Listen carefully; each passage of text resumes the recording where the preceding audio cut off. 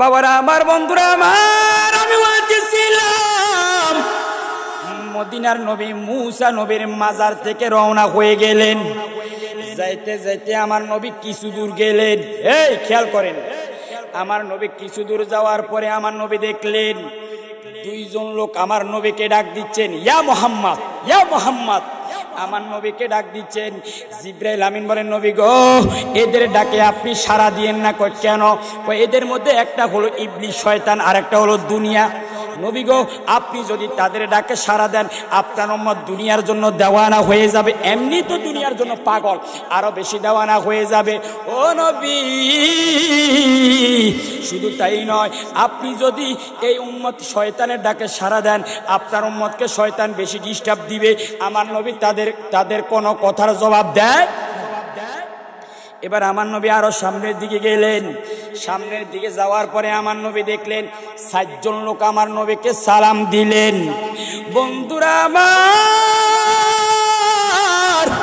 মদিনার নবীকে 7 জন লোক সালাম দিলেন।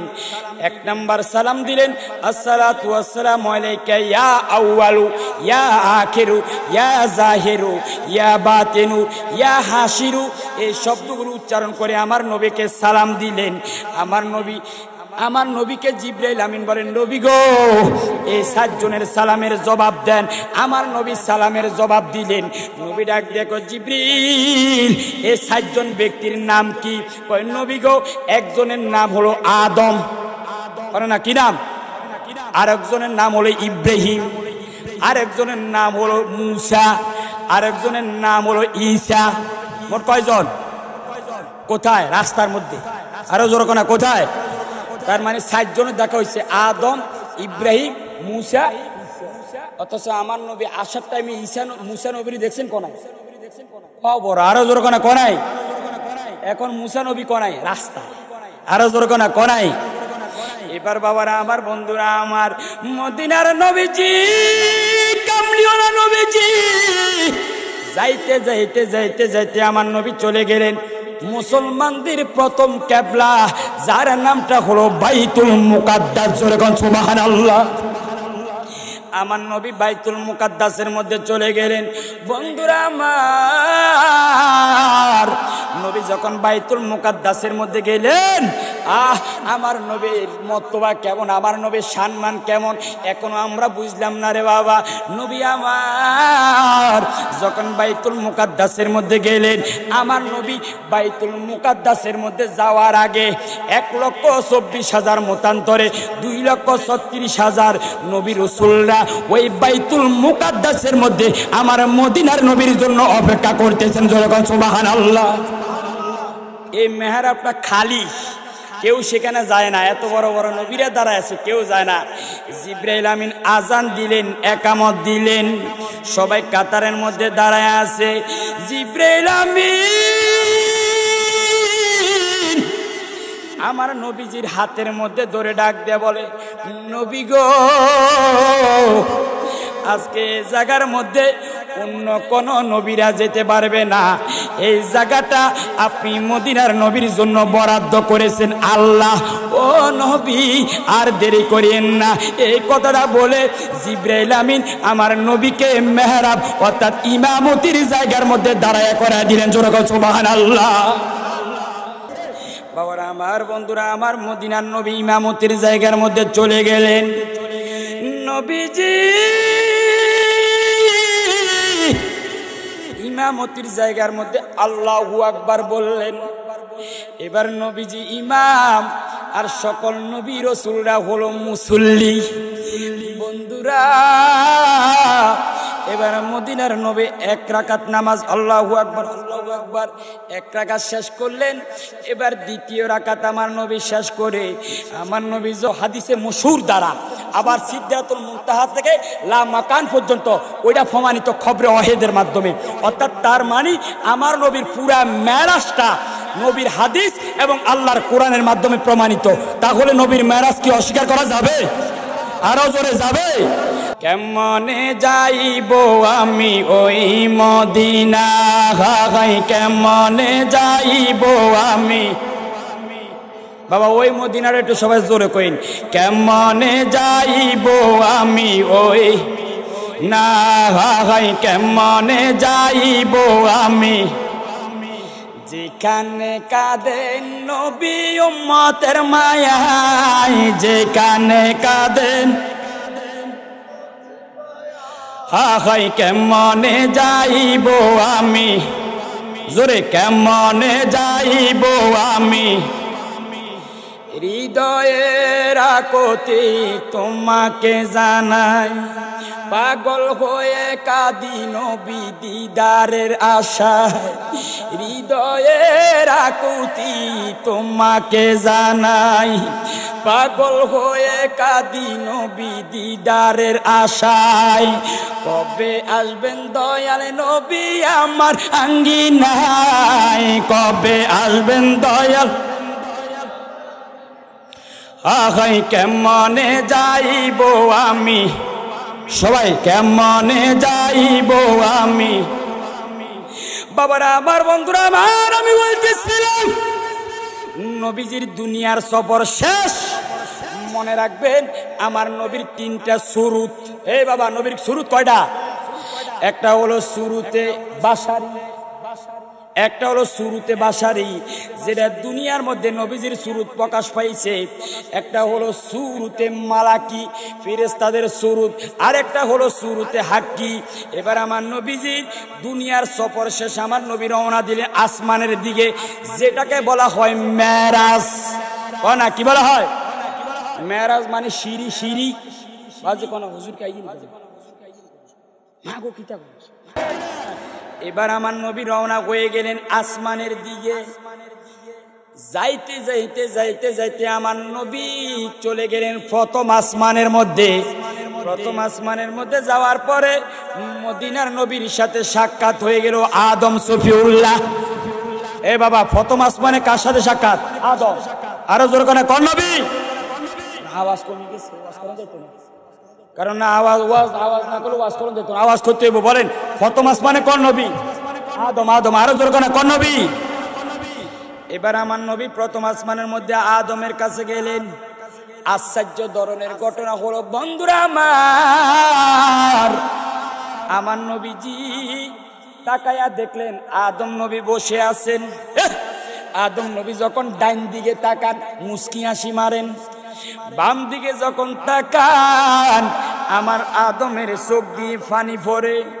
নবী আমার বলেন, ও আদম আপনি প্রথম আসমানে বসে আছেন, আপনি যখন বাম দিকে তাকান আপনার চোখ দিয়ে পানি পড়ে, যখন ডাইন দিকে তাকান আপনি মুস্কি হাসি মারেন, কারণটা কি? এবার আদম ডাক দিয়ে কয়, আখিরি নবী আমি আদম যখন ডান দিকে তাকাই আমার জান্নাতি সন্তানদেরকে আমি দেখি, সেই জন্য আমি মুস্কি হাসি মারি।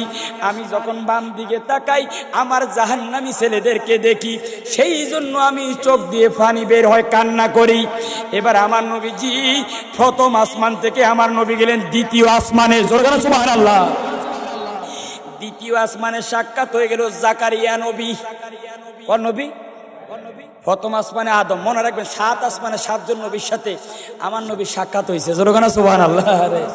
প্রথম আসমানে আদম, দ্বিতীয় আসমানে জাকারিয়া। আরে আমার নবী যখন দ্বিতীয় আসমানে গেলেন, মজার একটা কথা আছে, কইতাম নি বাজি? কি কথা জানেননি? আমার নবী কয়, ও নবী জাকারিয়া আপনারা যখন আপনার উম্মতরা যখন করাত দিয়ে কাটিয়ে লাইছি তখন আপনার কেমন লাগছে? কাহিনীটা হলো কি জানেননি? জাকারিয়া নবী গেছে তার উম্মতের কাছে দিনের দাওয়াত দেওয়ার জন্য। এখন দিতে গেছিল তার উম্মত রামদা, সেনি, কুয়াই, কুদাই, ছুরি নিয়ে দিছে দৌড়ানি জাকারিয়া নবী। অন এবারে বাসাল্লাই দিছে দৌড়। যাইতে যাইতে যাইতে যাইতে পাহাড়ের উপর উঠছে, পাহাড়ের উপর।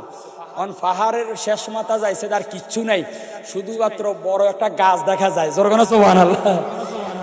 এবারে তো চিন্তা পড়ে গেল, আরে কি করা যায়? জাকারিয়া নবী গাছের কাছে যায়, গাছ তোমারে আল্লাহর হুকুম দিয়ে বলতেছি তুমি 2 ভাগ হয়ে যাও, 2টা ফাট হয়ে যাও, একটু ফাঁক হয়ে যাও। বলার সাথে সাথে গাছ একটু অর্থাৎ গাছ একটু ফাঁক হয়ে গেছে, এই ফাঁকের ভিতরে আল্লাহর নবী জাকারিয়া ঢুকে গেছে। জোরে বলেন সুবহানাল্লাহ। এখন যখন ঢুকে গেছে গাছ মিলিয়ে গেছে, এখন উনি গাছের ভিতরে। আল্লাহর কি কুদরত, ওই গাছের ভিতরে তো ঢুকছে, কিন্তু বাইরের মধ্যে ওনার কদর পাঞ্জাবির কোনা দিয়া যায়, হয় না, কি দিয়া যায়। এবার জাকারিয়া নবীর সম্প্রদায়রা জাতিরে পিছন দিয়ে এইভাবে তাকায়, কিরে জাকারিয়া দেখলাম এইদিকে দৌড় মারছেন, কই দিকে গেল দেখি না দে। এই টাইমে মিস্টার ইবলিস শয়তান আবা কাবা গা দিয়াই এবার তোমরা কারে খোঁজো? জাকারিয়া নবীরে খুঁজি। জাকারিয়া নবী গাছের ভিতরে ঢুকে গেছে। দূর কেমনে ঢুকে গাছের ভিতরে? ওই সান্নানি ওই পাঞ্জাবির কোনা দিয়া যায়, বুঝলেন নাই কথা? তখন তার জাতিরা বুঝতে পারছে, হ্যাঁ জাকারিয়া এই গাছের ভিতরে। ওই তো শয়তান কি করছে জানেনি, শয়তান তো কুবুদ্ধি দেয়। শয়তানকে একটা কাজ করো, তোমরা করাত দিয়ে মাঝখান দিয়ে কাটিয়ে আনো। এবার করাত আনছে, করাত আনি এবার গাছ কাটা দিচ্ছে। যখন জাকারিয়া নবীর বডির কাছে আসছে, আল্লাহ কয় জাকারিয়া যদি একটা বার যদি উফ করো, আমি আল্লাহ তোর নবুয়ত ক্যান্সেল করি। জাকারিয়া নবী আল্লাহর প্রেমে এমন মগ্ন হয়ে গেছে, জাকারিয়া আমার নবীকে দ্বিতীয় আসমানে বলেন, ও আখিরি নবী, আমার সম্প্রদায়রা যখন আমাকে করাত দিয়ে 2 ভাগ করতেছে, আমি জাকারিয়ার আল্লাহর প্রেমে এত মগ্ন হয়ে গেছি, আমি জাকারিয়া বিন্দু পরিমাণ কষ্ট হয় না। যখন সুবহানাল্লাহ। বাবারা আমার, বন্ধুরা আমার, এবার আমার নবী চলে গেলেন তৃতীয় আসমানে। কোন আসমান? নবীজি যখন তৃতীয় আসমানের মধ্যে আমার নবী চলে গেলেন, আমার নবীর সাথে সাক্ষাৎ হয়ে গেলেন ইদ্রিস আলাইহিস সালাতু ওয়াস সালাম। ইদ্রিস নবীর সাথে সাক্ষাৎ।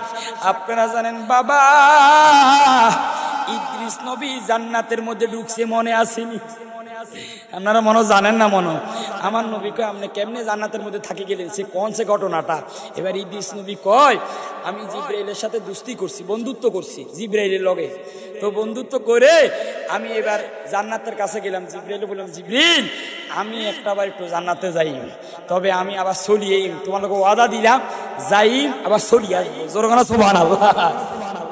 তো জিব্রাইল বলল, ঠিক আছে ঢোকেন। এবার ইদ্রিস নবী একটু চালাকি করছে, দেখেন জান্নাতের ভিতরে ঢুকি। এবার ইদ্রিস নবী আসার টাইমে ওনার জুতাগুলো রাখিয়ে, হয় না, কি রাখিয়ে বাইরে আইছিল তো সাচ্ছে, তো আহারে এত জুতা দিয়ে রাইয়েছি, জুতাগুলো রাইয়েছি। এবার জুতার লাই গেছে, যাই আই আর জান্নাতটা যাইতাম না। জোরগানা সুবহানাল্লাহ। কাজ যাইতো না কিলে, ও প্রথমবার কইছি তোমার লোক ওয়াদা করছি আমি আইম, কিন্তু দ্বিতীয়বার তো কই নয় আই, দ্বিতীয়বার কি কইছি না আই, ওই জন্য আমি যাইতাম না। আজরাইল কয়, জিব্রাইল কই দিস, আপনি কিন্তু যত সালাকি করেন, আপনি কিন্তু এখনো মূল জান্নাতে ঢুকতে পারেন না, আপনি জান্নাতের বারিন্দার মধ্যে আছেন। জোরগানা সুবহানাল্লাহ। কারণ মূল জান্নাতে সর্বপ্রথম ঢুকবে আমার দয়াল নবী। আমার নবীর আগে কেউ আল্লাহর জান্নাতে প্রবেশ করতে পারবে। এবার আমার নবী চলে গেলেন চতুর্থ আসমানের মধ্যে, হয় না, কোন আসমান? চতুর্থ আসমানের মধ্যে যাওয়ার পরে আমার নবীর সাথে সাক্ষাৎ করে ঈসা রুহুল্লাহ। কাজী কোন নবী? এখন আমার নবী বলেন, ঈসা আপনি যে চতুর্থ আসমানের মধ্যে চলে আসলেন, কেমনে আসলেন? এবার ঈসা নবী বলেন, আমি গেলাম আমার দ্বীনের, আমার জাতির কাছে দ্বীনের দাওয়াত দেওয়ার জন্য। নবী, ও আখিরি নবী, আমি দ্বীনের দাওয়াত দেওয়ার জন্য যখন গেলাম, ওই জাকারিয়া নবীর মতন তারা খোদাই রামদা ছুরি নিয়ে দিছে দৌড়ানি,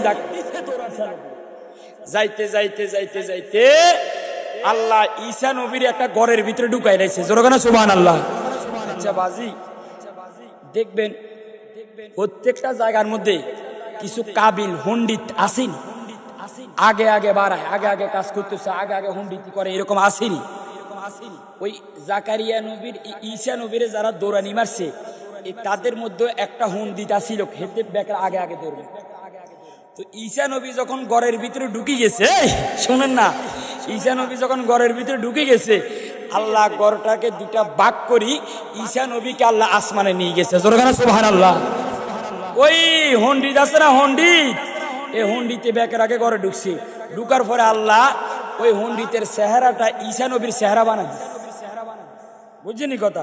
অন হন্ডিতে ঘরের ভিতরে ঢুকি ঈসা নবীকে আর না পাই।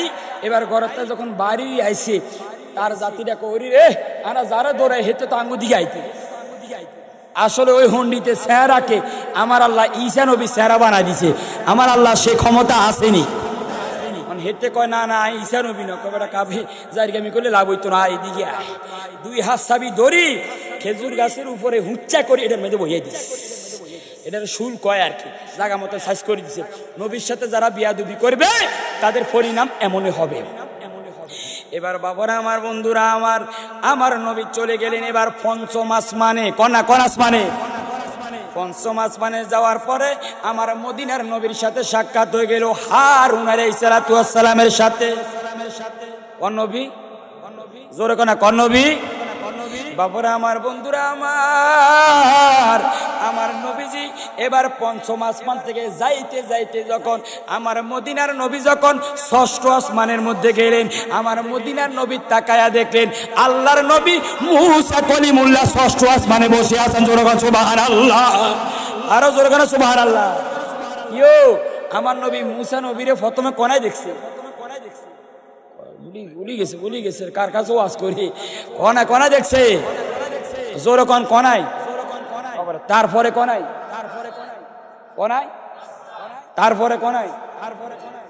হ্যাঁ অন কোনায় কোন আসমানে তার মানে এট এ টাইমে মুসা নবী কয় জায়গা জোরে কয় না কয় জায়গায় আমি বলছিলাম না যে কারো আকীদা হলো নবী মাটির সাথে মিশে গেছে আর কারো আকীদা হলো নবীরা রওজাতে জিন্দা কোনো জায়গা যাইতে পারে না আর আমাদের আকীদা হলো নবীরা তো রওজাতে জিন্দা শুধু জিন্দা নয় 18,000 মাখলুকাতের যে কোনো জায়গায় নবীরা যেতে পারে তো আমার প্রশ্ন মুসা কলিমুল্লাহর মতন পয়গম্বর যদি এট এ টাইমে যদি 7 জায়গায় থাকতে পারে যেই নবীকে সৃষ্টি না করলে কুল কায়নাত আল্লাহ সৃষ্টি করতো না যেই নবীকে ফায়দা না করলে আল্লাহ তাম দুনিয়া সৃষ্টি করতো না সে আমার আপনার দু জাহানের বাদশা নবী উম্মতের কান্ডারি নবী বলেন আমার দয়াল নবী এট এ টাইম একে সময় আমার নবী 18,000 মাখলুকাতের যে কোনো জায়গায় আমার নবী যাওয়ার ক্ষমতা আছে কিনা আরো জোরে আছে কিনা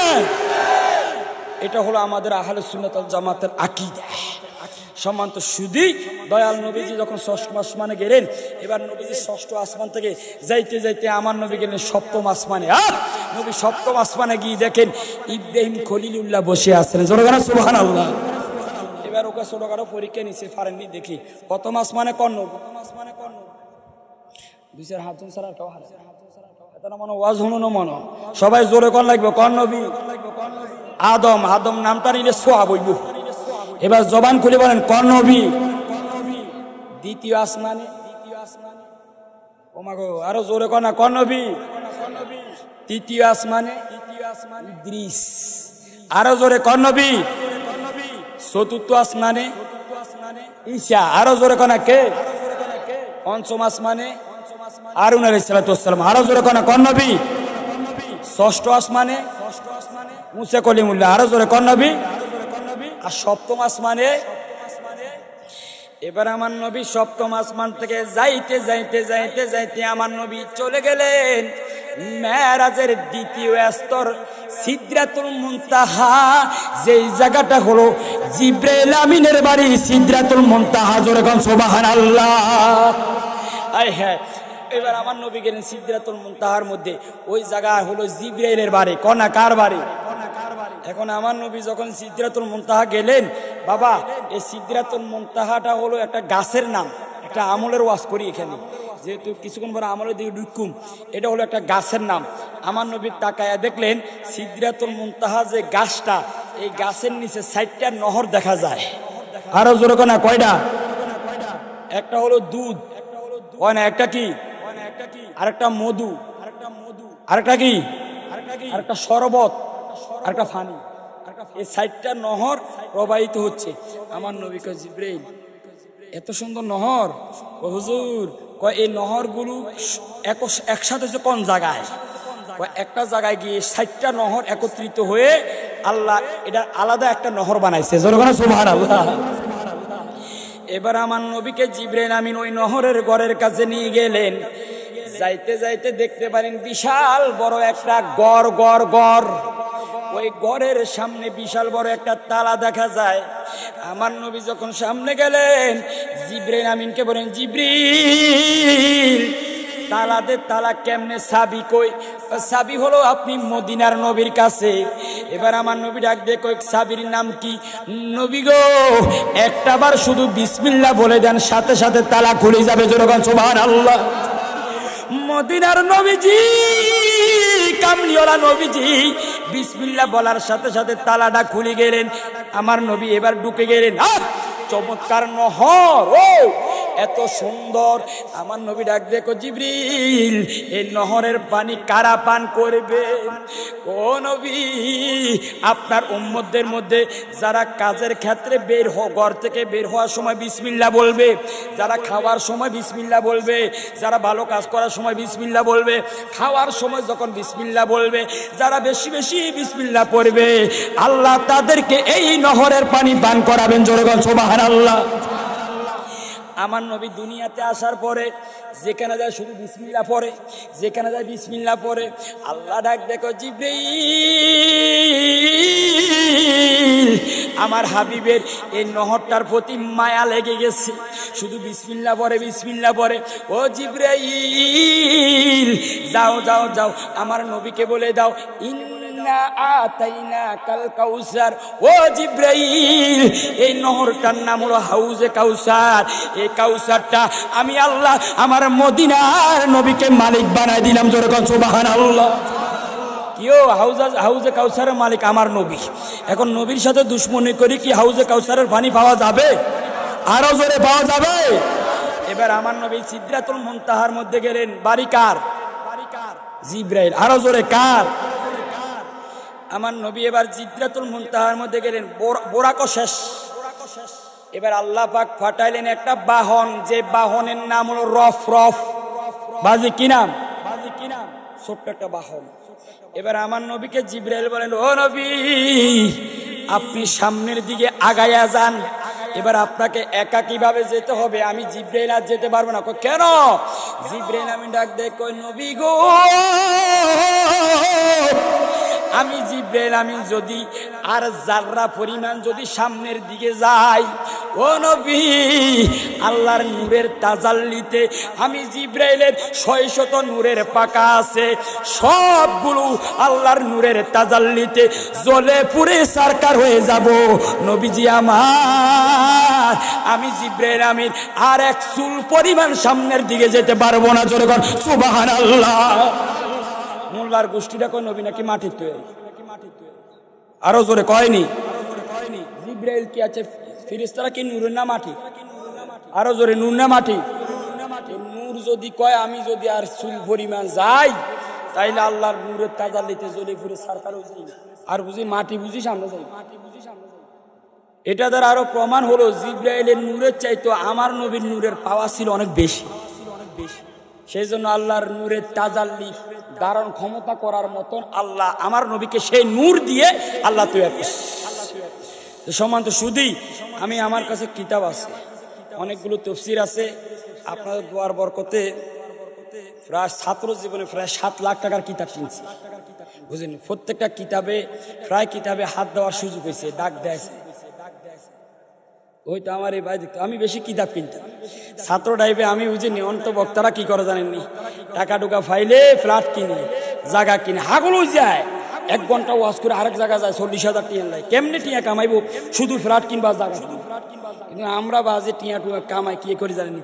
আমি এখনো মিশর থেকে প্রায় 50,000 টাকার অর্ডার দিয়ে রাখছি। আমার এক ছোট ভাই আসবে, কছি তুমি আসার আগে ভাই আর কিতাবগুলো হাঁটাই দেন লাগবে। কিন্তু আমাদের কিতাব কিনার শখ, এই জন্য আল্লাহ রহমতে 1000 বাতের সামনে বসে দেন, কথা বলতে এক ফুল পরিমাণ বিন্দু ভয় পাই না আমরা। কারণ আমরা জানি আমরা যা বলি আমরা কিতাব থেকে বলি, মন গড়া আর কিচ্ছা কাহিনী।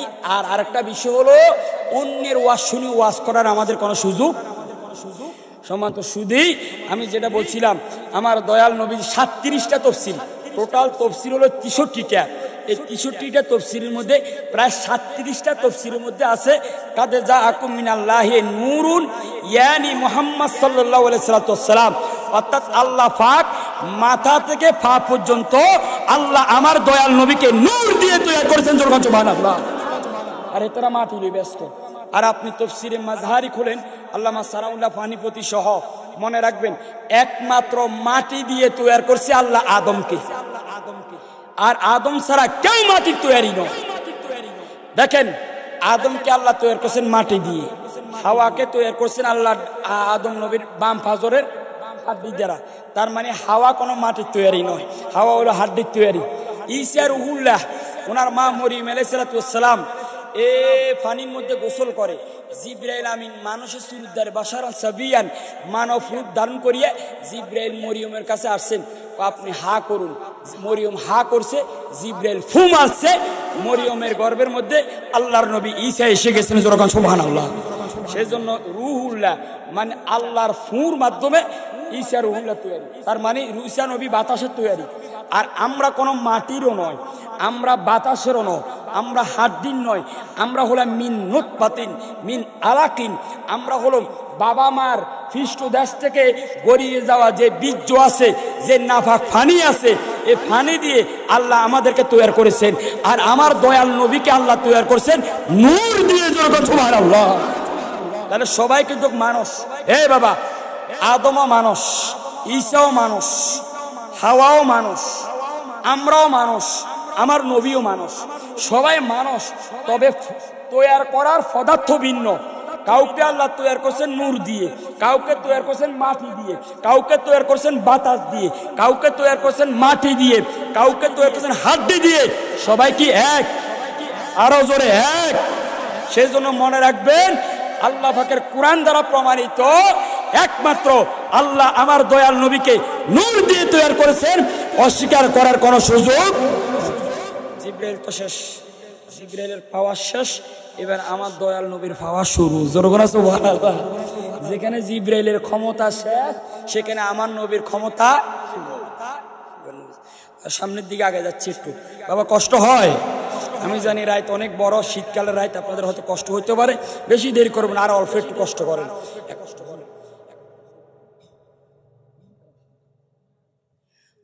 দুরূদ শরীফ আল্লাহুম্মা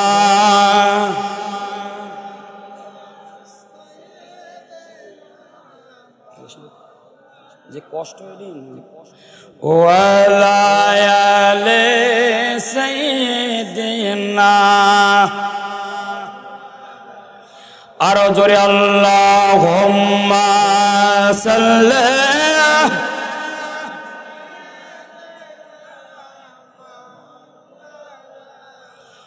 ওয়ালা আলে সাইয়্যিদিনা। বাবারা আমার নবী যখন সিদরাতুল মুনতাহা গেছেন, দুইটা বর্ণনা আছে। এক বর্ণনা আছে আমার নবী সিদরাতুল মুনতাহা যাওয়ার পরে জিবরাইল আমিন আমার নবীকে জান্নাত জাহান্নাম দেখার জন্য নিয়ে গেছেন। আর আরেক বর্ণনা আছে সিদরাতুল মাকান থেকে আসার সময় জিবরাইল আমিন আমার নবীকে জান্নাত জাহান্নামে নিয়ে গেছেন। তো আমি সিদরাতুল মুনতাহা থেকে নবীকে যে জিবরাইল আমিন জান্নাত জাহান্নাম দেখার জন্য নিয়ে গেছেন, সেই আলোচনাটা একটু করে এরপর আমরা সামনের দিকে আগায় যাব। বাবারা আমার, বন্ধুরা আমার, জিবরাইল আমিন আমার নবীকে নিয়ে গেলেন জান্নাতের মধ্যে। জান্নাত আমার নবী ঘুরতেছেন, জান্নাত আমার নবী দেখতেছেন। হঠাৎ করে জান্নাতের মধ্যে দেখতে পাচ্ছেন একজন সাহাবীর কোরআন তেলাওয়াতের আওয়াজ, অথচ সাহাবী এখনো দুনিয়ার মধ্যে বেঁচে আছে। নবী আমার ডাক দিয়ে বলে, জিবরাইল, আমার এই সাহাবীর আওয়াজ, কোরআন তেলাওয়াতের আওয়াজ জান্নাতের মধ্যে শোনা যায়, কারণটা কি? এবার জিবরাইল আমি ডাক দেখো, নবী গো, আপনার এই সাহাবীটা দুনিয়ার মধ্যে থাকাকালীন সে মায়ের খ্যাতমত করতেন। ও নবী, সেই মাকে রাজি করেছেন। মাকে রাজি করার কারণে আল্লাহ আপনার এই সাহাবীকে জান্নাতের মধ্যে মর্যাদা দান করেছেন। জোরে বলেন সুবহানাল্লাহ। এবার আমার নবী জান্নাত পরিদর্শন করার পরে আমার নবী গেলেন জাহান্নামের মধ্যে। এবার ভালো করে খেয়াল করেন, আপনাদের এবার ভালো করে মনোযোগ দেন।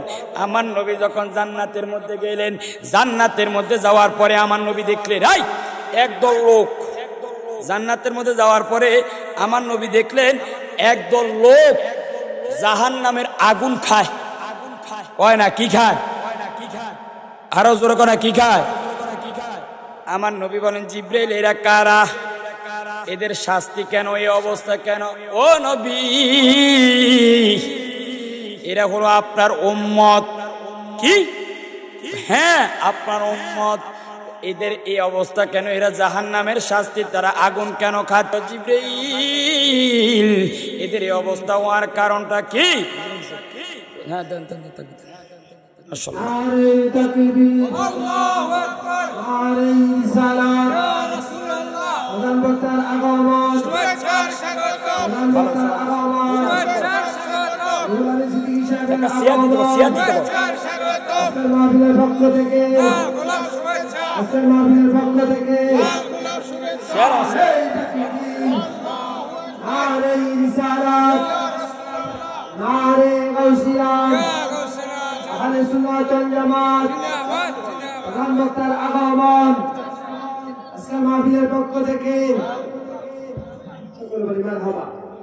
আমরা যার জন্য দীর্ঘক্ষণ ধরে অপেক্ষমান, তিনি আমাদের মধ্যে উপস্থিত হয়েছেন। ইনশাআল্লাহ অল্প কিছুক্ষণের মাধ্যমে হুজুর আমাদের সাথে আলোচনা নিয়ে আসছেন।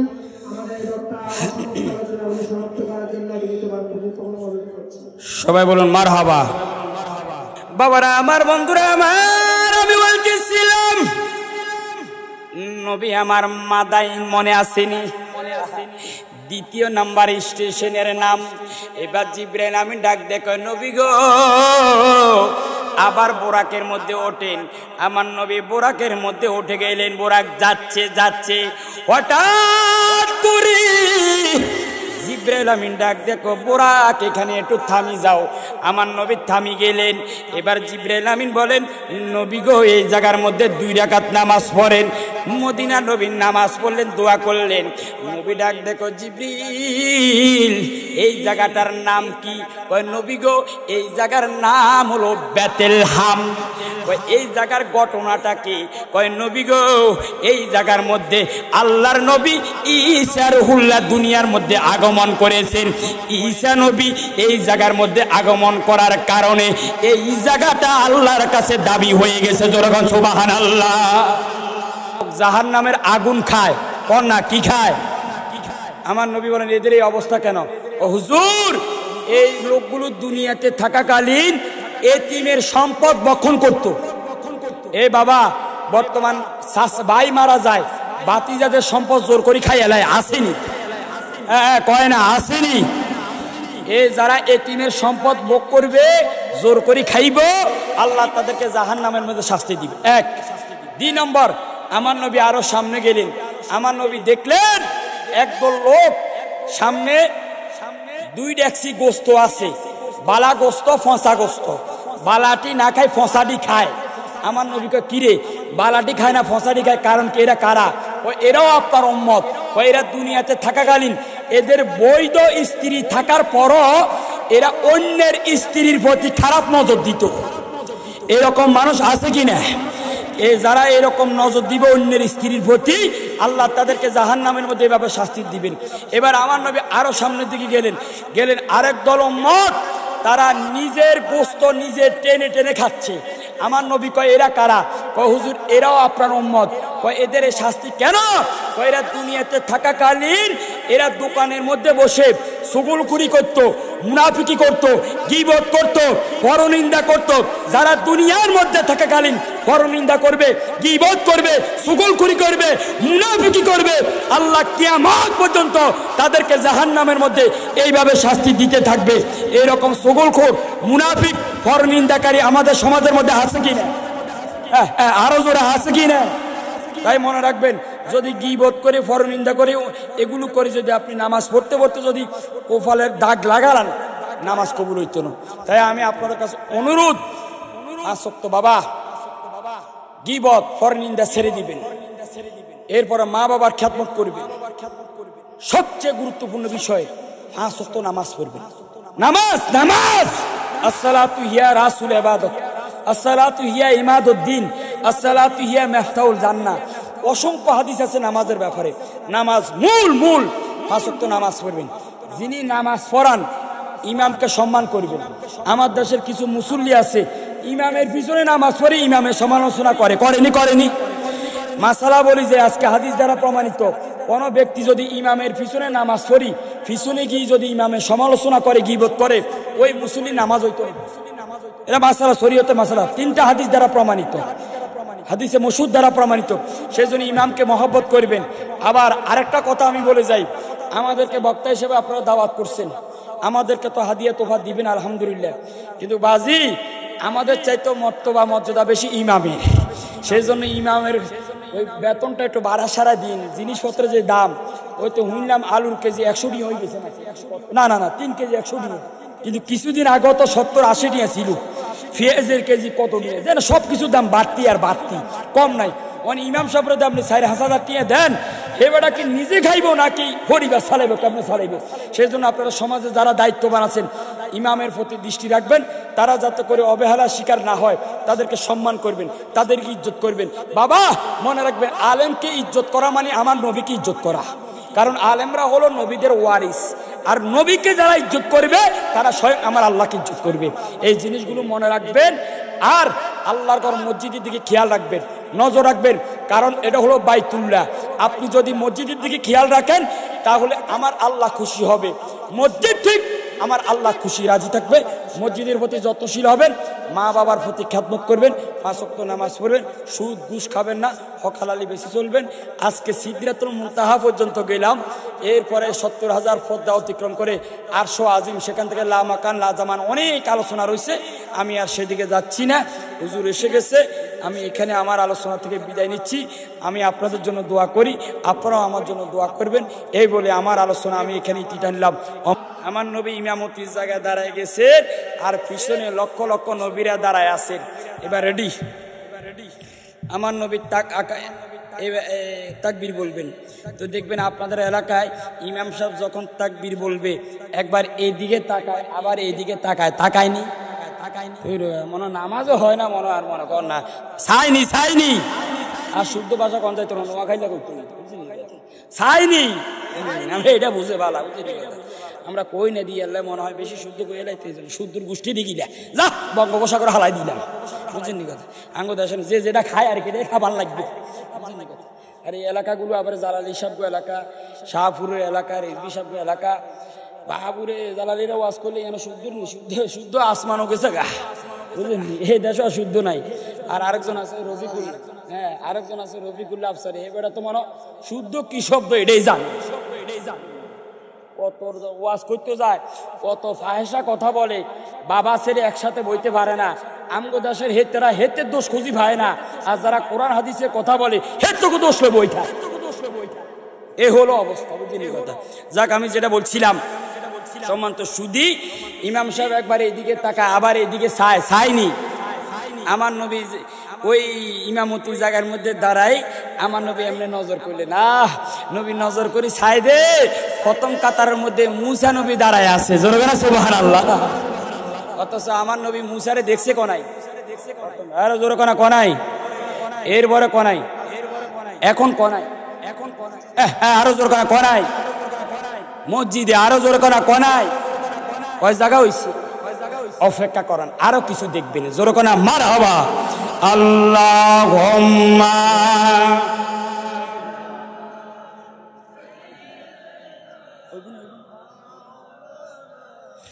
ওয়ালা আলি সাইয়্যিদিনা।